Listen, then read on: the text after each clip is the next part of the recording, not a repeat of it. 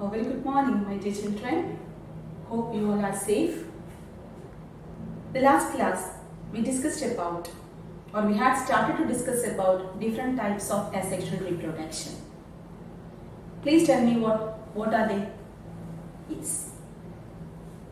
Fission. Two types are there: binary fission and multiple fission. Budding, fragmentation, regeneration, spore formation, and vegetative propagation. Isn't it? Mainly 6 types of asexual reproduction are there. And in that we had already discussed about fission and its 2 types, binary and multiple fission. Now we are going to discuss about second type of asexual reproduction, that is budding.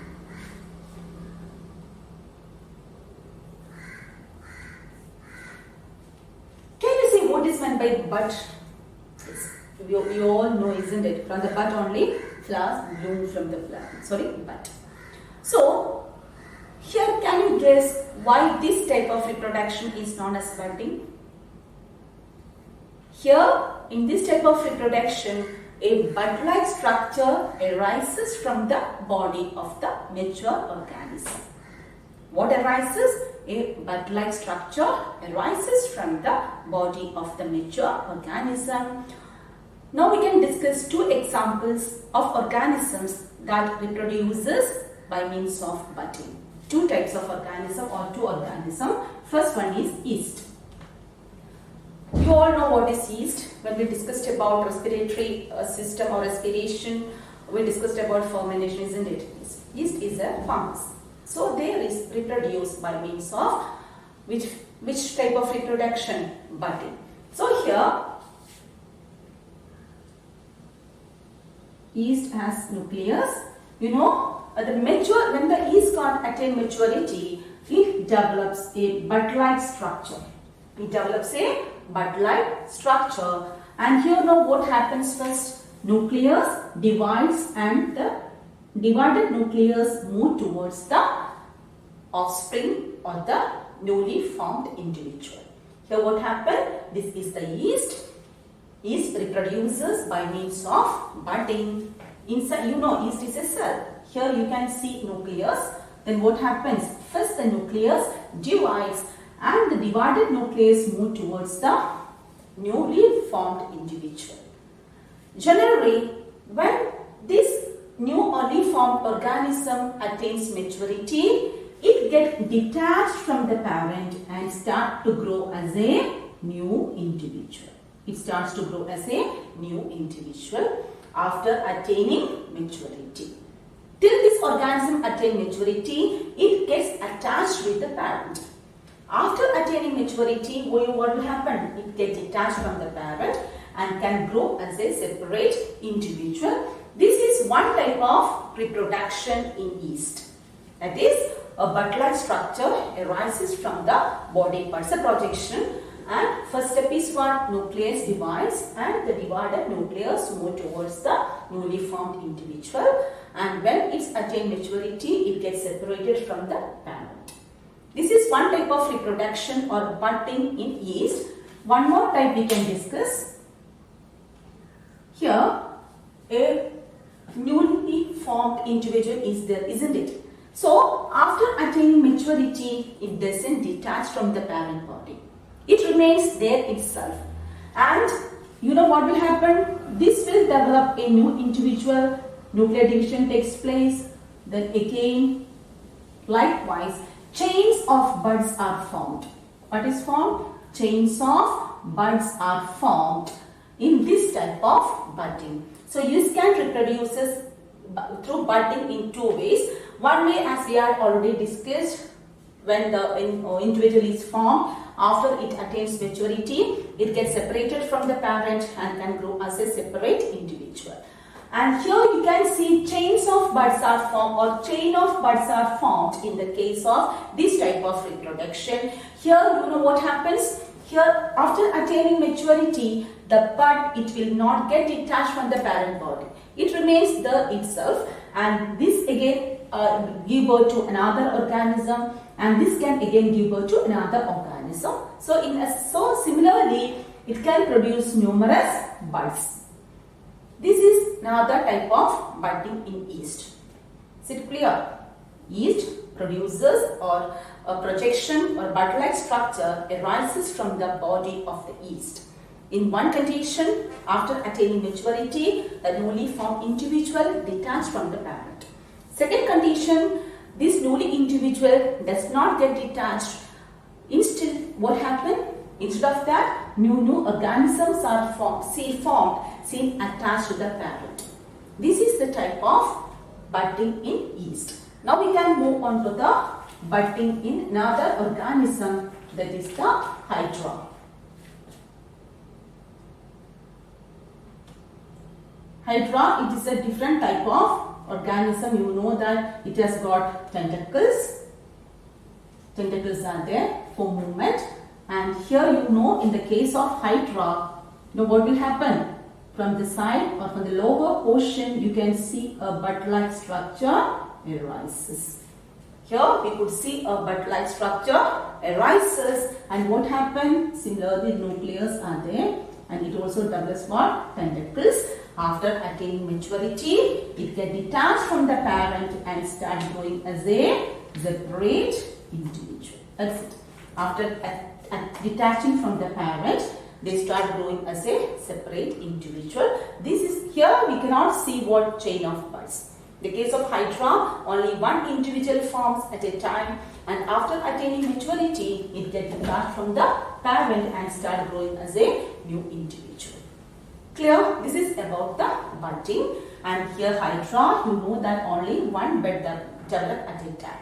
And the position also changes. You have seen in the topmost portion only the bud arises. In the case of hydra, it is not from the topmost part. It is from the lower side, isn't it? A new individual get evolved from it or projected from it, a bud-like structure. And after attaining maturity, same here also, nucleus divides and the divided nucleus move towards the newly formed individual. After attaining maturity, they get detached from the parent and start growing as a new individual. So, now you can watch a video showing budding in hydra and yeast. Clear? Yeast. Yeast is a unicellular fungus which reproduces asexually by an unequal division process called budding. Budding is a type of asexual reproduction in which a daughter individual is formed from a small projection, the bud, arising on the parent body. In yeast, buds arise as small cytoplasmic outgrowth from the parent cell.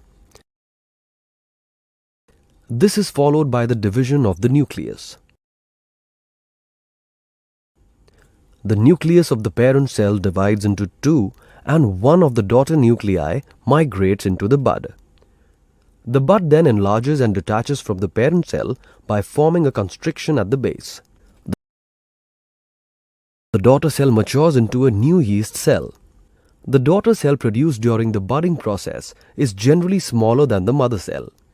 Unlike binary fission, in budding, the parent cell remains intact. Hydra. Hydra is one of the simplest sedentary multicellular freshwater organism about 1 centimeter long. It has a tubular body with a basal disc for attachment and a free distal or oral end-bearing mouth and circlet of tentacles. Hydra reproduces asexually by budding. At the time of asexual reproduction, small buds appear on the body wall.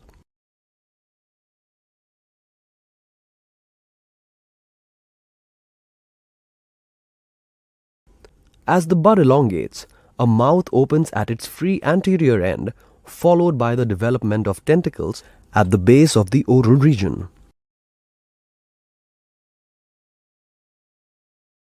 The newly developed hydra detaches from the parent body and fixes on a substratum.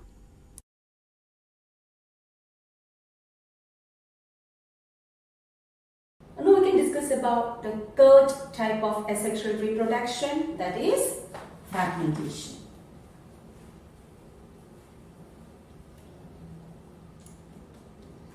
Who can say what is meant by fragment?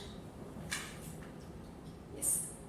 From a very cut part or from the very small part of the mature organism, new organism can be developed.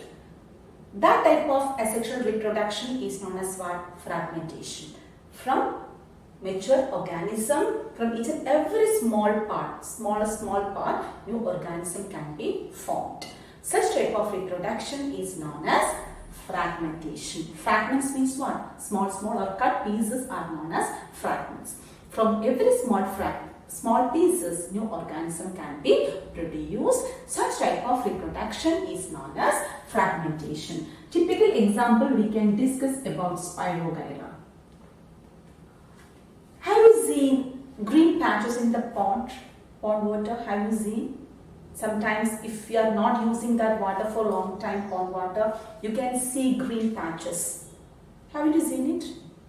Full, completely covered with green patches. And afterwards, no, we can't able to use that water again. Because we can say it's a polluted water. Because it is completely covered with what? A green color algae, that is known as what? Spirogyra. Spirogyra reproduces by means of fragmentation. So here, from each and every small pieces, new organism can be produced. That is speciality of Spirogyra. And how this organism can be cut? It's maybe because of the waves of the water. One reason, water waves. Second reason may be after the decaying of this Spirogyra, from the decayed part also new Spirogyra can be formed. That's a speciality. That's the reason why we can see the pond full of this Spirogyra, completely covered with algae or Spirogyra. Especially when we are not using it, and then any organisms cannot live there, because what will happen? They will not get proper oxygen to survive. The fish will die and all the other aquatic organisms, they will die if this Spirogyra is there, and it is not good for human consumption also. So here in the case of fragmentation, Spirogyra, from each and every small part, it can develop into a new individual. Can you see why is it so? Normally when we think about other organism, it is quite impossible. From every small pieces, we know that new organism cannot be produced. We discussed about amoeba. You know that amoeba itself cut into two equal halves, or otherwise the nucleus divides so many times. But here you know that from each and every small fragments or small portion, new organism can be produced. From every small portion, new organism can be produced. That is in the case of fragmentation. It is because of one reason. You know why? Here in the case of Spirogyra, each and every cell is capable of cell division. Each and every cell is capable of cell division and can perform photosynthesis. Each and every cell in the Spirogyra, it is capable of cell division and can perform what? Photosynthesis. It's because of this reason, from every small part of Spirogyra, new Spirogyra can be developed. So that is about fragmentation. Now we can move on to the next type of asexual reproduction, that is regeneration.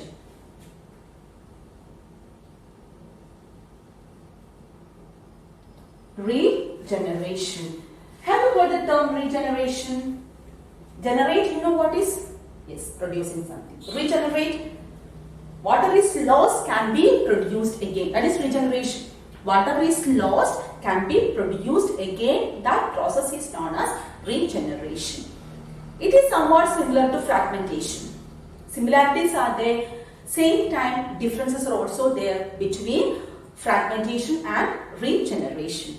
This regeneration typical example is a planaria. It is an organism known as what? Planaria. And here you know eyes are there. And when we cut this planaria into 3 equal halves, each half can be developed into a new individual. when we cut the planaria into 3 equal halves.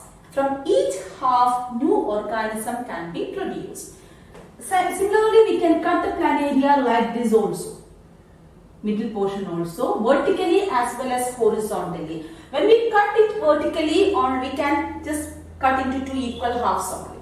But here when we are cutting horizontal manner, we can cut it into 3 equal halves. From each half, you know what is formed. A new planaria is formed from every equal half. A new planaria can be formed. That is about the regeneration. From every cut part, you can see what new organism can be produced from every cut part. That is about the regeneration in planaria. Here, when an organism is cut into 2 or 3 equal halves, from each half new organism can be formed. It is quite similar to fragmentation. You know, in fragmentation, I already told you that each and every cell in such organisms are capable of reproduction. Capable of cell division, of course reproduction, and can perform photosynthesis. But in the case of planaria, you know that particular areas are there for cell division. Particular cells are there, we can call them as what? Stem cells. Basic cells in any organism, it is the stem cell. So this stem cell, in the case of human beings, also stem cell is there. Similarly, in the case of planaria, stem cells are there in the dividing areas. If you cut the planaria like this, no, it cannot be developed into 2 individual. On particular fashion only, when we cut to 2 or 3 equal halves, from that particular half only, new organism can be formed. Here, unlike fragmentation, here particular areas are there for cell division. In that particular area only, when we cut it into 2 or 3 equal halves, new organism can be formed. And you know, have you seen that lizard cutting its tail to escape from the predators? Have you seen it? You can see when it is attacked by a predator, definitely this lizard, it cuts its tail itself. It itself cuts its tail. That's it. This tail can be again developed. It is because of that only, that lizard is doing it frequently to escape from the enemies.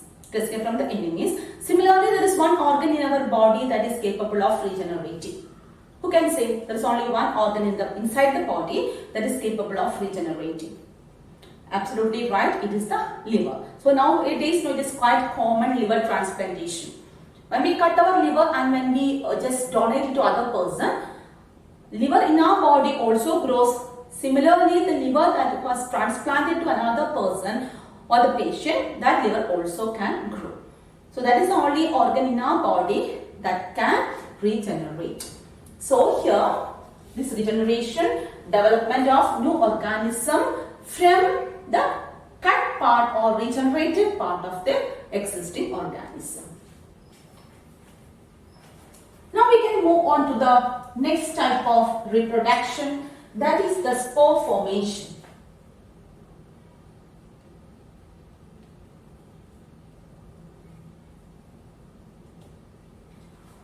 Spore, have you observed bread mold fungus on the bread loaf?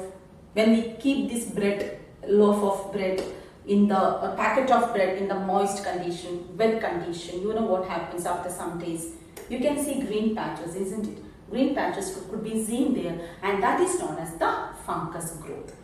So here when we observe that fungus under the microscope, you can see the structure like this. This is the fungal hyphae, and we could see this is the fungal hyphae,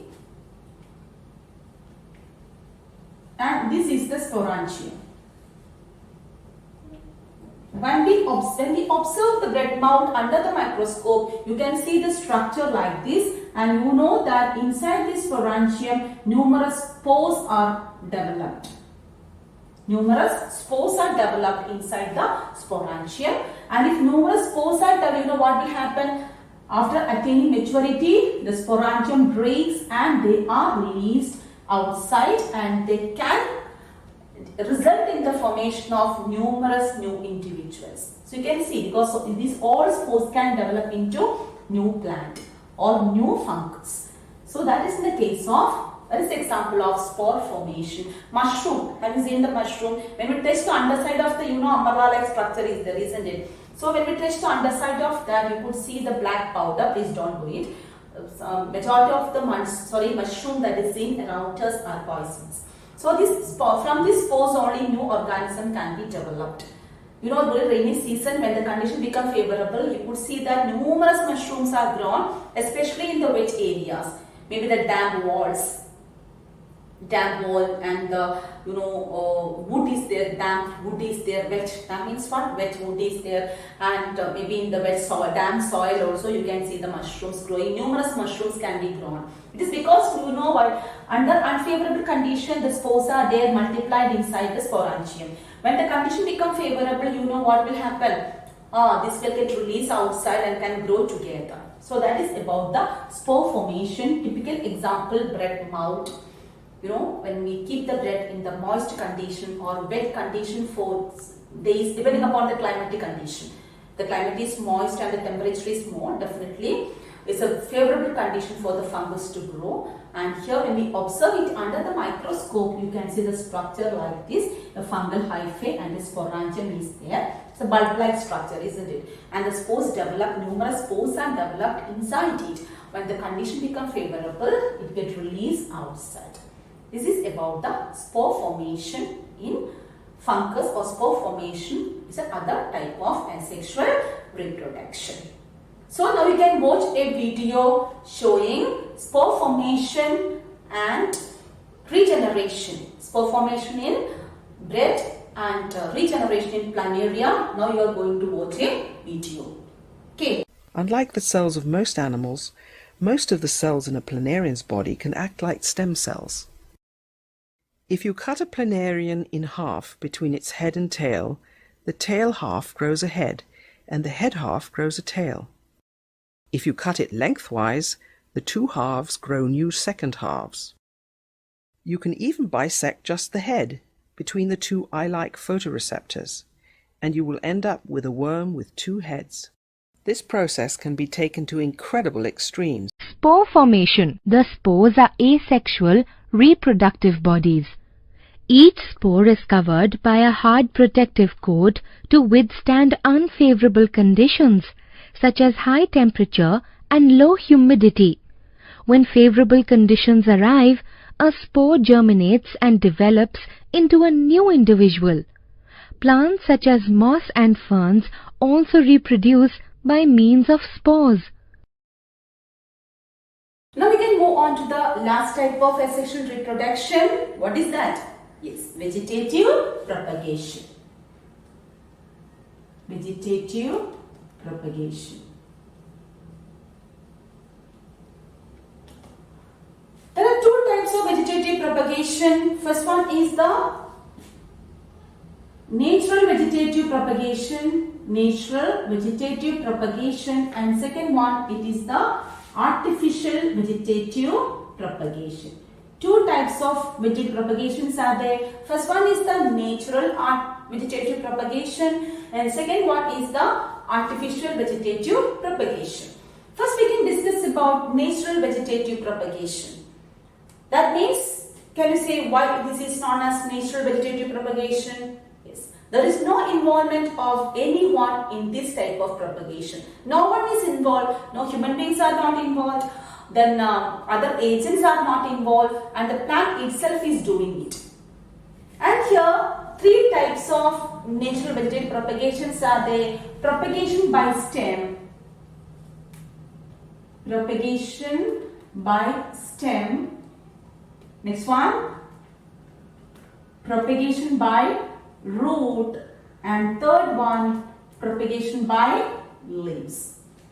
Three types of natural vegetative propagation are there: propagation by stem, propagation by root, and propagation by leaves. Here when we observe the typical example of stem, potato is a typical example of stem. It's a tuber, isn't it? Here the food is stored in the stem. That is, the potato is a stem, and here that when we keep the potato aside for some days, especially in the moist condition, you can see small bud-like structure arises. Eyes, we can call them as eyes. If you haven't seen, just go to the kitchen. Now it is a moist condition, isn't it? Now you can observe it. And onion also, you know that small growth, outgrowth from the onion. These two can be an example. You can write the potato and onion. These two are the main examples of vegetative propagation by stem. So many other examples are also there. For the exam point of view, you are supposed to write minimum 2 examples. So here propagation by stem during the moist condition, wet condition. If you keep these vegetables, after some days, maybe depending upon the condition, climatic condition, we can see that small bud-like structure. In the potato, we can call them as eyes, and here in the case of onion, we can see the outgrowths are there. Just go and wash in the kitchen. Bought small onion as well as big onion. In both cases, you can see the small outgrowth are there, and that can when we sow, when we just sow it in the soil or just immerse in the soil. After some days, you can see that it can develop into a new plant. That is in the case of propagation by stem. Propagation by root also, typical example, it is the tapioca. Typical example, tapioca. Another example, you could say it is the sweet potato. These are the two examples of vegetative propagation by root. Other examples are also there. This tapioca and the sweet potato. You know that they are the underground root, isn't it? The food is stored in the root in the case of these two plants. And what happened? No, same manner, this can develop into a new plant. So that is the propagation by root. So you know that tapioca or sweet potato, when we are just immersing it under the soil, what happened? Moist it regularly or water it regularly. After some days, it can develop into a new plant. And last one, it is the propagation by leaves. And typical example is the bryophyllum. Bryophyllum is an example of leaves that plant that propagate by leaves. That is the bryophyllum, and the leaf is so fleshy. The bryophyllum leaf is so fleshy, and you could see that small buds arises from different parts of the leaf. Here in the case of bryophyllum, small buds can develop from different part of the leaf. While it is on the plant itself, and the leaves, these leaves of bryophyllum are somewhat fleshy. So here, these buds like structure, small buds or roots are developed from the leaf, and such roots are known as what? Adventitious root. Then tell me what is meant by this adventitious root. You know normal root, isn't it? Adventitious root means what? Normally we can see the root and the lower portion of the plant, isn't it? Lower part of the plant, we all know root is there. That is the normal root. If root develops other than the lowermost part, here root develops from which part? It is from the leaf, isn't it? Here also it is adventitious root, it develops from the stem, isn't it? If it develops from the stem or it develops from the leaf, we can call it as what? Adventitious roots. Normal roots are not known as adventitious root because as per our knowledge, we know root can be seen in the lowermost part of the plant. So here you know from the leaf roots can be developed. And what happened? How these roots can be developed into new plant? When this leaf fall off from the plant and these roots get separated from it. When the leaves fall off, when it touches the ground, meanwhile what happens? Yes, the roots get separated and they start growing as a new plant. So that is type of natural propagation by leaves. Example, bryophyllum, and you know that it's a fleshy leaf. Comparatively, don't think it's very much fleshy, but comparing with other leaves, it is somewhat fleshy or broad leaf from different parts, sides. You could see that the roots arises, adventitious roots arises, and when this leaf fall off and it touches the ground, what happen? The roots get separated from the parent or from the leaf and start growing as a separate individual or new individual. So this is about the natural vegetative propagation by stem, by root and by leaves. Is it clear? Now you can watch a video showing natural vegetative propagation in stem, root and leaves. Natural vegetative propagation. In natural vegetative propagation, different parts of the plants like stem, root, leaf and bud give rise to new plants under favorable conditions. Vegetative propagation by stem. Underground stems that are modified for storage of food have buds. New plants are developed from these buds. Modified stems like tuber, bulb, rhizome and corm help the plant to multiply. Tuber. Potato is the best example of a tuber. The eyes or buds present on the tuber develop into new plants. Bulb. Bulb is a modified shoot that has very short stem and apical and axillary buds. These buds grow to form shoots. Onion and garlic are examples. Rhizome. In a rhizome, the stem is thick, fleshy and has distinct nodes, internodes and axillary buds. New branches develop from these buds, which later separate to form new plants. Ginger, turmeric and lotus are examples. Comb. Comb is a condensed form of a rhizome and consists of a solid, fleshy, underground stem bearing one or more buds. Some of these buds produce daughter combs which later grow into new plants.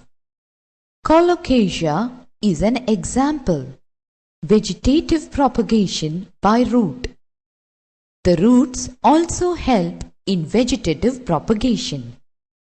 Sweet potato and dahlia give rise to new plants from their fleshy roots. Vegetative propagation by leaves.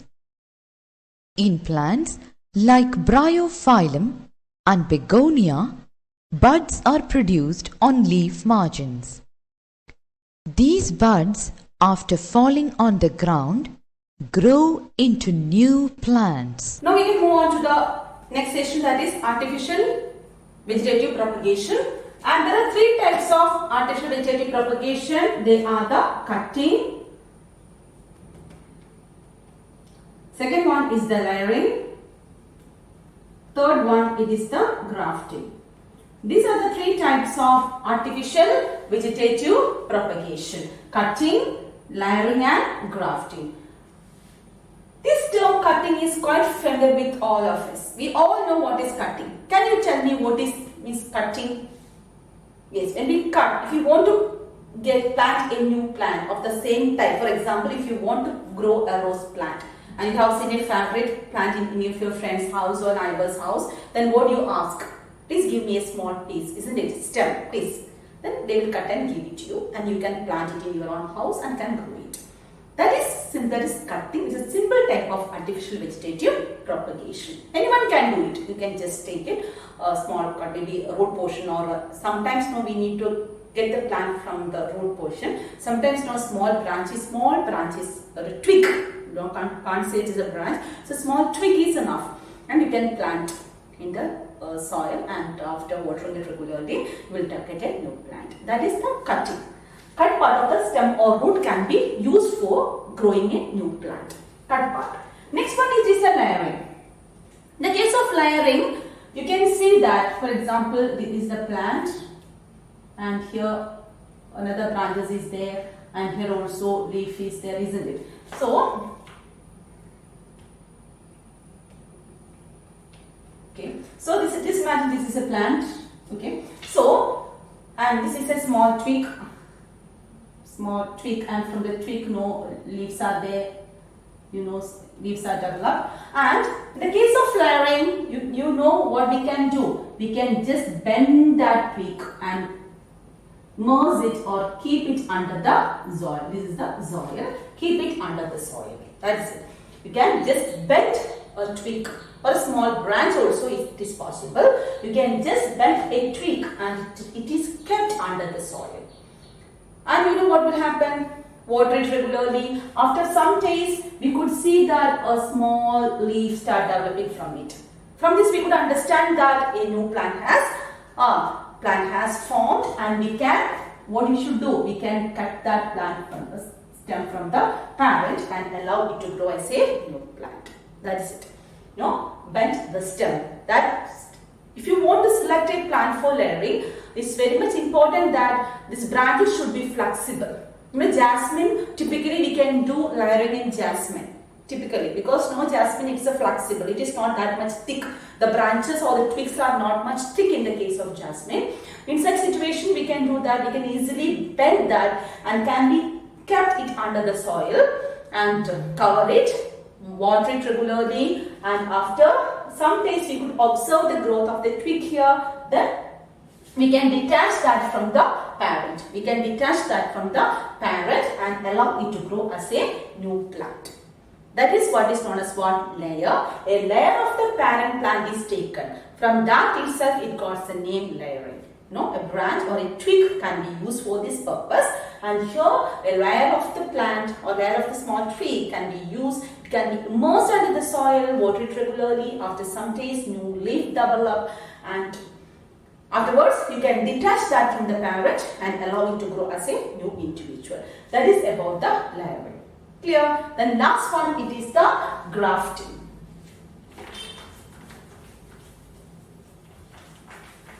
This grafting, another important type of artificial vegetative propagation, and here you know that for typical type of trees only we are using this process of what? Grafting. Typical example, I should say, think about apple. Different varieties of apples are there, isn't it? Some apples are brighter in color, some are so tasty, and some, size very big size apple. Some type of apple are disease resistant, isn't it? So different varieties of apples are there. When we buy an apple from a shop or a fruit shop, we can't say that even if we say it is very bright red color, you can't say it is very tasty. By seeing the color of the fruit, we are attracted towards it and we buy it, right? But still it is not, that cannot be assured, or taste cannot be assured when we buy the beautiful colored apple. So that agriculturists, if they do this grafting, they will get the desired varieties. How is it possible? If they want to get an apple, bright red colored apple with very sweet, bright red colored apple. That is their target. So what they should do? First they want to select, a stalk. Stalk, you know what is stalk? What is the meaning of stalk? What we have, that's a stalk, isn't it? Stalk. I have the stalk of this with me. So that is what we have. So first step is that want to select a plant or the part of the plant with the root. That is very important. Part of the plant with the root. That is known as the stalk. For example, in the case of apple, this stalk may be of the bright red color. At the same time, this apple doesn't taste good. The apple that grown in this plant is very bright colored, but at the same time the taste doesn't taste good. So agriculturists want to get an apple, bright red colored apple with beautiful or sweet taste. Okay, so here one is already ready there, and the branches and twigs should be separated from this. We want only the stalk. Stalk means the part that is having the root system, that is the stalk. And our aim is to get one more quality, that is a sweet. So want to separate a small twig from the apple tree having the sweet taste. Apple tree, maybe the apple may be small or whatever the quality may be, but we want which quality? Sweetness. So we can just attach that small twig. Just keep that small twig there and cover this area. Just attach. Both should be attached, and this attached piece is known as the xylem. This is the stalk. Stalk is the part with the root, and this is the xylem. Xylem is the part or the twig that is getting attached to the stalk, that is known as the xylem. This is the stalk, this is the stalk, and this is the xylem. And you know that it should be covered by using a polythene bag, or any other method can be used for doing it, and water it regularly. And after some days, if you observe the growth of the leaf here, then what does it mean? They both have attached. And then the fruit that develop from this plant will be what? Bright red colored sweet apple. For growing such type of fruits, we can opt for which method? Grafting. In the case of oranges, we can adopt different types of plant. This grafting can be adopted, but it cannot be done very easily. Scientific techniques are there for doing this grafting. Clear? So grafting, minimum 2 plants are needed, and the plant that has the root system, that is known as the stalk, and the another plant that is getting attached to the stalk, it is known as the xylem. And the stalk and xylem, and it cut in such a way that it should touch each other. The size and the width of the stem should be of equal size. It should be the same, otherwise we cannot fit it here. So that's very important. Before doing the grafting, you should see that these both stalk as well as xylem should be of the same width and the way they cut also should be similar. Then only we can attach it and can cover by using the polythene bag or water it regularly. After some days, we could see that the leaf can develop from it. From this, we could understand that they have attached, and the fruit that develop from this plant may be very sweet as well as red. So that is the grafting. Clear? It is suitable for growing the fruits having the desired varieties. So this is about the artificial vegetative propagation, that is the cutting, layering and grafting. Grafting can be done in our body also, due to accidents or due to some other problem. If the facial skin is or the flesh is lost, sometimes it can happen due to burn or due to some accidents and all. So the most visible part of our body is our face. So if the flesh of one part of the face is completely gone, then the doctors can take the flesh from our thigh area, thigh area. Yes, just below our hip, the thigh area, and above our knee, that area is the thigh, fleshiest part of our body, most flesh part. So here, from there, doctors can take the flesh and can graft it here. Wherever the flesh is lost, graft it here, that is a grafting. And here, to get the desired varieties of plant, we can opt for what? Grafting. So these are the main 3 types of artificial vegetative propagation, that is the cutting, layering and grafting. Now we can move on to the last session under this, that is the tissue culture. It can also be included under artificial vegetative propagation, that is the tissue culture. Here the term is we could understand, that is culturing of the tissues or the cell. And this is mainly used for doing cultivating the ornamental plants. What are the ornamental plants? Orchid, angoleum, etc. Ornamental plants for growing in certain houses. People prefer to grow such type of plants if enhance the beauty of their garden. Okay, such situations, they're ornamental plants. They don't provide fruits or flowers. They're ornamental plants. Of course, flowers are there, alternate flowers are there, but mainly for attraction only people are using it. Clear? So this type of ornamental plants, they are costly also, depending upon the variety. This may vary. The rate of these plants may vary. In such situation, agriculturists can do that tissue culture there. Here in the case of this tissue culture, a small cell or tissue can be separated from the parent plant. Small cell or tissue gets separated from the parent plant. Small cut. You want to cut and remove the group of cells or the tissue from the parent plant, and want to keep in a particular medium. Want to keep it in a particular medium consisting of what? Hormones. For helping what? Cell division. Clear? So usually it happens in the plant itself, but for getting more plants from a single plant, the agriculture they can opt this tissue culture. So first they remove the cell or tissue from the parent plant and keep in a medium containing one, and these cells are kept in the medium containing the hormones for growth and differentiation for growth. They are kept in a particular medium, and afterwards the cell divides and form group of cells known as what? Callus. Inside this what is formed? Callus. Callus is nothing, it's a group of cells. And this, after the development of the callus, they are again transferred into the another medium providing with all the necessary nutrients. This callus is transferred to the another medium containing all the nutrients for the growth. Then finally what happened? This get converted into what? Different. Each cell can develop into different plants. These cells can develop into different plants, and these plants can be transferred into a pot or the area where it like to be planted. That's it. From a single plant, numerous plants can be produced because from a single cell or the tissue, new plants are produced. It is done in the laboratory condition. It is not. It takes place inside the body of the plant. It takes place outside the body.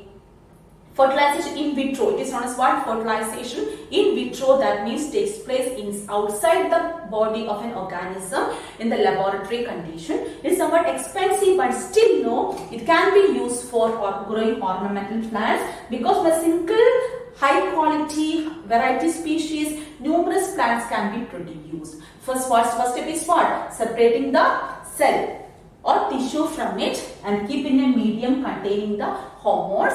Then after some days, these cells divide so many times and a group of cells is formed known as what? Callus, and this callus get transformed in another medium having all the necessary nutrients, and it takes place in the laboratory condition. It is not done in outside environment. It can be done in the laboratory condition, providing suitable temperature, what are the necessary conditions that should be provided to these callus or to these cells. And this callus can be transformed to another medium containing all the necessary nutrients, of course hormones also there. Then afterwards they develop into small plantlets. Small, they develop into what? Small plantlets. And these plantlets can be transferred into the pot or the place where it like to be planted. So this is about the tissue culture. So under artificial vegetative propagation, we discussed about cutting. Cut part of the stem or root can be used to grow another plant. Rearing also, we know it. A plant part can be bent and immersed into the soil, and from there new plant can be developed. Next one is the grafting. Minimum 2 plants are required for grafting. From here, decide varieties of, it can be mainly used for the propagation of fruits, for getting desired varieties. And this is the tissue culture. It is mainly used for cultivating ornamental plants. It's mainly used for cultivating ornamental plants. That is about the tissue culture. Clear? So, there's an advantages for vegetative propagation. Well, comparing with the normal reproduction, we have that vegetative propagation or asexual reproduction have its own, especially vegetative propagation have some advantages are there. First one is that it is very easy to grow. Very easily it produces what? Fruit and flowers. Well, comparing with the plants that reproduces by means of normal sexual reproduction, these plants vegetative propagation, they can produce the flowers and fruit very fast. Flowers and fruits can be produced very fast. Second one is that we will get the exact copy of the parent.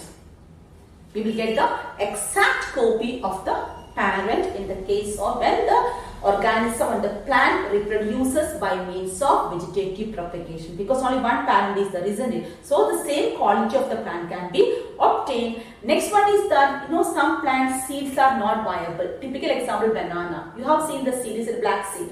When we sow that seed, we will not get what? Plants from them. In such situations, hibiscus also. In some plants, they cannot be propagated. Some cannot be propagated, especially through the seeds. In such situations also, we can adopt what? Natural vegetative propagation, or natural as well as what? Artificial vegetative propagation can be adopted for growing such type of plants. So mainly 3 advantages are there. First one, that they produces flowers and fruit very fast. Second reason is that we can produce the same similar quality of the parent can be produced. And last one is that if some plants, some fruits, they cannot produce viable seeds, in such situation also this vegetative propagation is very much needed. Of course, some disadvantages are also there. First disadvantage is what? Crowding can be done. If you do this process of layering and all, crowding can be there because plants can become very close to each other. Another problem is that when the similar varieties are produced, whatever problems the parent is having, it can be transformed to the new individual also. We will not get any varieties there. There is no scope for variation. Typical plant can be produced. This may be some of the disadvantages of vegetative propagation. Clear? So now you can watch a video showing artificial vegetative propagation. Watch that video, then complete the notes, study it properly, get ready. You should get ready for the next examination. Okay, dear children, stay home, stay safe. It's bye from me till we meet the next class. Bye. Artificial vegetative propagation. A number of artificial methods are used to propagate plants in agriculture and horticulture. Some of these methods are layering, cutting, grafting, and tissue culture. Let us discuss about these methods. Layering. In this method, a lower branch of a plant is bent down close to the ground and covered with moist earth in such a way that its growing tip remains above the soil surface. After a few days, the covered portion of the stem usually produces adventitious roots. The rooted branch is then cut and grown as an independent plant. This method is used to propagate plants such as jasmine, and it occurs naturally in black raspberries. Cutting. For cutting, we have to select a healthy young branch with a few nodes and internodes. Then cut off the branch and remove most of its leaves. Now the cut end is stuck into some good moist soil. Look at the cutting after some days. We can see that it develops roots and grows into a new plant. This method is used to propagate plants like rose, sugarcane, and pineapple. Grafting. The art of joining parts of two plants in such a way that they grow as one plant is called grafting. For doing grafting, select a plant and then detach a twig or bud from it. This twig is called scion.